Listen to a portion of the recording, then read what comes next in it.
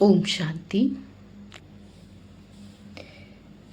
व्यर्थ संकल्प, negative thought आजकल मन के अंदर बहुत चलते हैं। उनको कैसे हम श्रेष्ठ और पॉजिटिव मार्ग पर ले जाएं, उसके लिए जानेंगे। आप ये वीडियो लास्ट तक सुने, ये बहुत ही अच्छी वीडियो है। मानव मन की यह एक बहुत ही गहरी और मनोवैज्ञानिक सच्चाई है कि जब हम थोड़े थके होते हैं तो हमारा मन ध्यान या आत्म चिंतन से भागता है और व्यर्थ की चीजों की ओर स्वतः ही आकर्षित हो जाता है। जैसे देखिए सोशल मीडिया, रील आदि, उसमें कोई नहीं थकावट होती। इसका मूल कारण हमारी शारीरिक थकान से अधिक हमारी इच्छा शक्ति की थकावट है। जब तक हमारा स्वभाव, हमारे संस्कार और हमारा आभा मंडल इतने शक्तिशाली नहीं हो जाते कि वे नकारात्मकता को स्वतः रोक दें, तब तक मन हमेशा डिफॉल्ट मोड में उसी तरफ जाएगा जहां उसे सबसे कम मेहनत करनी पड़े। आइए इस पूरी प्रक्रिया, इसके पीछे विज्ञान और इसे बदलने की विधि के विस्तार को आज हम बहुत ही गहराई से समझेंगे। व्यर्थ विचार स्वतः क्यों आते हैं और रील्स में हम क्यों नहीं थकते? ज्ञान का अध्ययन या मनन चिंतन करने के लिए एकाग्रता और आंतरिक ऊर्जा की आवश्यकता होती है।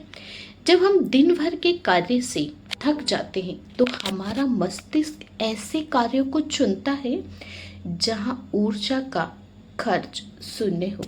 इसे मनोवैज्ञानिक में न्यूनतम प्रयास का सिद्धांत कहा जाता है। रील्स का शॉर्ट वीडियो देखने के लिए देखिए, हमारा जो डोपामाइन का भ्रम है, दिमाग को कुछ सोचना नहीं पड़ता, बस उंगलियां चलती हैं और स्क्रीन बदलती है। इससे दिमाग में डोपामाइन रसायन नामक केमिकल अपने आप रिलीज होता है, तो हमें तुरंत, लेकिन वो स्वतः ही खुशी देता है। खालीपन का एहसास, जब हम रील्स बंद कर देते हैं तो डोपामाइन का स्तर अचानक डाउन गिर जाता है। इसी कारण घंटों स्क्रीन देखने के बाद हमें एक अजीब सा खालीपन, अवरोध और समय बर्बाद होने का एहसास होता है। आप फील करना ये कभी भी। तो इससे क्या लगता है हमें कि हमारी जो मानसिक अवस्था है, जो हमारी मानसिक स्तर है, वो डाउन हो रहा है। आध्यात्मिक का भी गुरुत्वाकर्षण, पानी हमेशा बिना किसी प्रयास के ढलान की ओर बहता है। पुराने संस्कार और व्यर्थ विचार उसी ढलान की तरह है जहां मन बिना मेहनत के लुढ़क जाता है। जबकि ज्ञान का चिंतन एक शिखर है जहां पहुंचने के लिए शुरुआत में प्रयास और संकल्प शक्ति की आवश्यकता होती है। लेकिन एक बार उस शिखर पर पहुंचने के बाद बुद्धि वास्तव में रिलैक्स और हल्की महसूस करती है। इसे इन कहावतों से समझा जा सकता है। एग्जाम्पल, ढलान पर जाने के लिए ताकत नहीं लगती, लेकिन शिखर पर चढ़ने के लिए पसीना बहाना पड़ता है। उथले जल में शोर, घनेरे गहरे जल में शांति का डेरा। रील्स उथले पानी की तरह है, शोर मचाती है, जबकि ज्ञान का सागर मन को गहरा और शांत बना देता है। प्रिय भाई और बहनों, तो रील्स एक मन को हलचल पैदा करता है, लेकिन परमात्मा का जो ज्ञान है वो मन को शांत और गहराई में ले जाता है। आजकल देखिए ज्यादातर लोगों को सस्ता सौदा महंगा पड़ता है। थकावट मिटाने का रील्स रूपी सस्ता विकल्प हमारी बची हुई ऊर्जा को भी चूस लेता है। लेकिन समझ नहीं पा रहा है इंसान। बस थोड़ी रील घुमाई और मन डाइवर्ट हुआ, डाइवर्ट नहीं हुआ। जब तक आप रील स्क्रॉल नीचे ऊपर करते जा रहे हैं उसको, तब तक आपका मन इधर उधर है, लेकिन वो इधर उधर अपनी शक्ति को खत्म कर रहा है। और आध्यात्मिक शक्ति एक ऐसी चीज है, ज्ञान मार्ग एक ऐसा है जो हमारे मन को भले ही थोड़ा समय लगता है, लेकिन शांत और गहराई में ले जाता है। क्या इस चक्र को उल्टा घुमाया जा सकता है? यह 100% संभव है। अध्यात्म में इसे सहज अवस्था और विज्ञान में भी इसको न्यूरोप्लास्टिसिटी कहा जाता है। इसका अर्थ है कि हम निरंतर अभ्यास से अपने मस्तिष्क की वायरिंग को बदल सकते हैं। जब हम लगातार श्रेष्ठ संकल्प, पॉजिटिव थॉट का अभ्यास करते हैं, तो एक ऐसा समय आता है जब हमारा मन इतना समर्थ और पवित्र हो जाता है कि स्थिति पूरी तरह उलट जाती है। तब ज्ञान, शांति और सकारात्मक में रहना हमारे लिए ढलान बन जाता है और व्यर्थ या नकारात्मक सोचने के लिए चढ़ाई बन जाता है। देखिए कैसे पलट गया। तो जब आध्यात्म और ज्ञान की गहराई में चले जाते हैं, उस परमात्मा की गहराई में चले जाते हैं, तो व्यर्थ और नकारात्मक ये सोचने के लिए हमें ऊंची चढ़ाई चढ़नी पड़ती है। जीवन से जुड़े इसके व्यवहारिक कुछ उदाहरण भी हैं। मन की इस बदली हुई श्रेष्ठ अवस्था को हम दैनिक जीवन के लिए उदाहरणों से भी समझ सकते हैं। फॉर एग्जाम्पल, संगीतकार का रियाज। जब कोई व्यक्ति संगीत सीखना शुरू करता है तो सही सुर लगाना उसके लिए चढ़ाई, मेहनत होता है, और बेसुर होना ढलान, सहज हो जाता है। लेकिन सालों के प्रयास के बाद सही सुर लगाना इतना स्वाभाविक हो जाता है कि यदि उस्ताद को जानबूझकर बेसुर गाने को कहा जाए तो उसे बहुत जोर लगाना पड़ेगा। बेसुर होना उसके लिए असंभव सा जैसे चढ़ाई हो जाती है। जैसे हंस का नीर क्षीर विवेक। हंस के बारे में भी प्रसिद्ध है कि वह मोती चुगता है। एक बार जब हंस को मोती चुगने की आदत पड़ जाती है तो वह कंकड़ पत्थर नहीं चुगता। इसी तरह जब बुद्धि को ज्ञान के श्रेष्ठ संकल्पों का रस मिल जाता है तो वह व्यर्थ के कंकड़ पत्थर की तरफ, रील्स, गपशप आदि की तरफ सतही जाना बंद कर देता है। जैसे देखिए ड्राइवर का अभ्यास है। शुरू में कार या साइकिल चलाते समय क्लच, ब्रेक और स्टीयरिंग पर ध्यान देना बहुत थका देने वाला लगता है, लेकिन जब संस्कार पक्का हो जाता है तो सामने खतरा आते ही पैर स्वतः ही ब्रेक पर चला जाता है। आपका मन भी निरंतर अभ्यास के बाद व्यर्थ विचारों के आते ही ऑटोमेटिक ब्रेक लगाना सीख जाता है, लेकिन सिर्फ थोड़ा सा अभ्यास।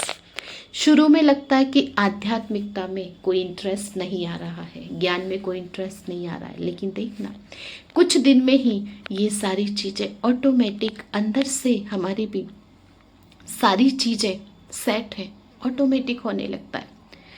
संकल्पों को स्वभाव बनाने वाला सिद्धांत। करत करत अभ्यास के जड़मित होत सुजान। रसरी आवत जात ते सिल पर परत निशान। है ना।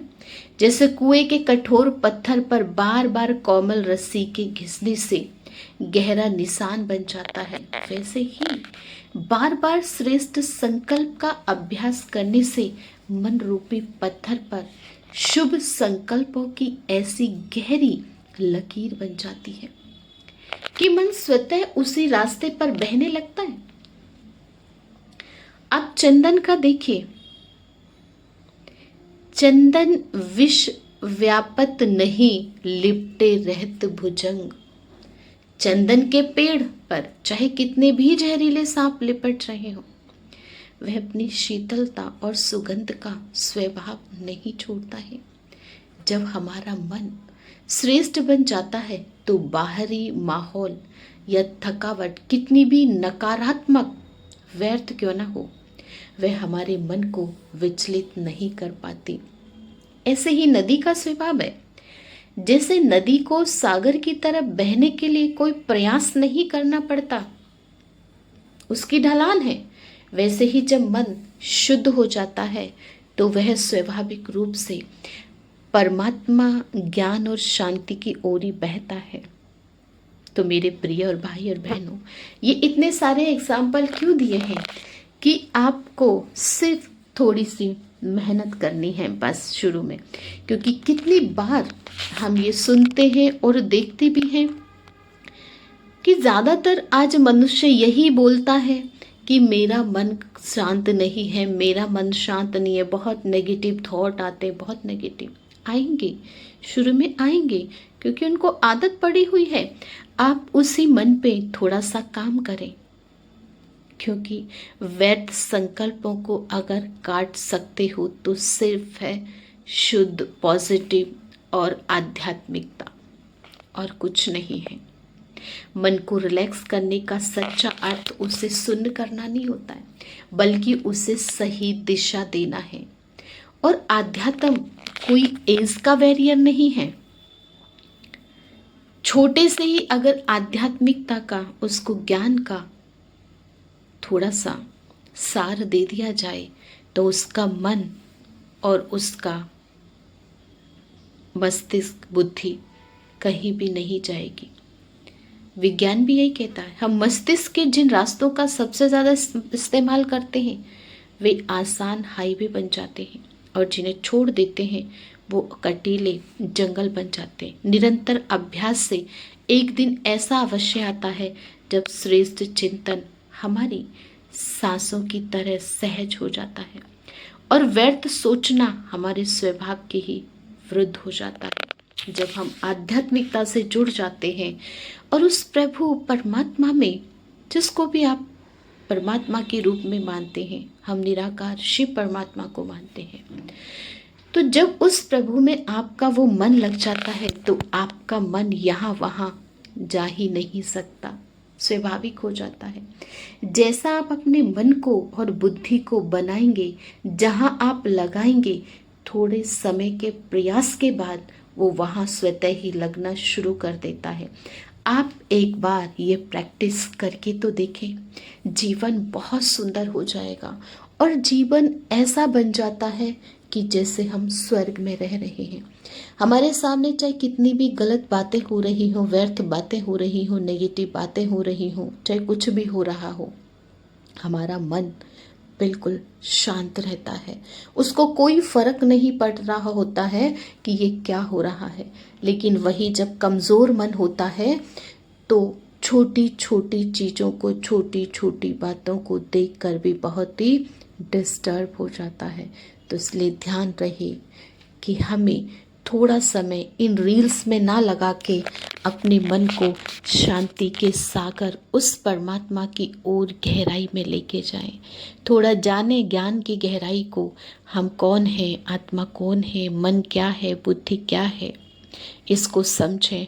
क्योंकि रील्स आपकी बॉडी की भी एनर्जी को चूसता है, तो आपके मन की अर्थात आत्मा की एनर्जी को भी चूस रही है। ठीक है, देखें, लेकिन बहुत कम, यूजफुली थोड़ा सा। लेकिन ये नहीं कि मन थका है, मन बेचैन है, तो रील देख करके उसको थोड़ा सा ठीक कर लें, पर उससे ठीक नहीं होगा। ओम शांति। कुछ पल के लिए हम अभ्यास करते हैं, मन को कैसे एकाग्र करें। आप पूरा फोकस अपने मस्तक के बीच लेकर आए। कमर सीधी, पूरा ध्यान मस्तक की भ्रुकुटी के बीच।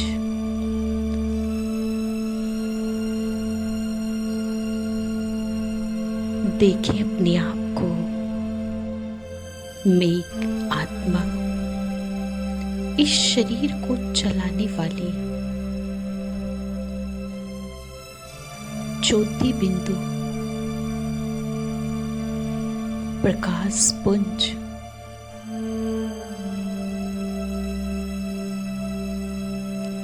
सर्व शक्तियों से संपन्न, सर्व गुणों से संपन्न परम पिता परमात्मा की संतान हूँ। मेरा मन शांत है, मेरी बुद्धि स्थिर है। और देखिए अपने मन को शांत होते हुए।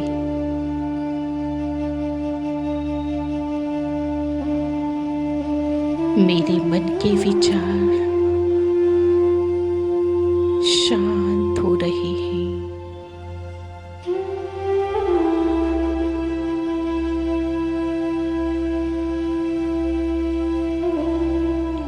मेरा मन बहुत सुंदर है और महसूस करें मुझ आत्मा से शांति के वाइब्रेशन, शांति की तरंगे निकलते हुए मेरे पूरे ब्रेन में फैल रही है। मेरा ब्रेन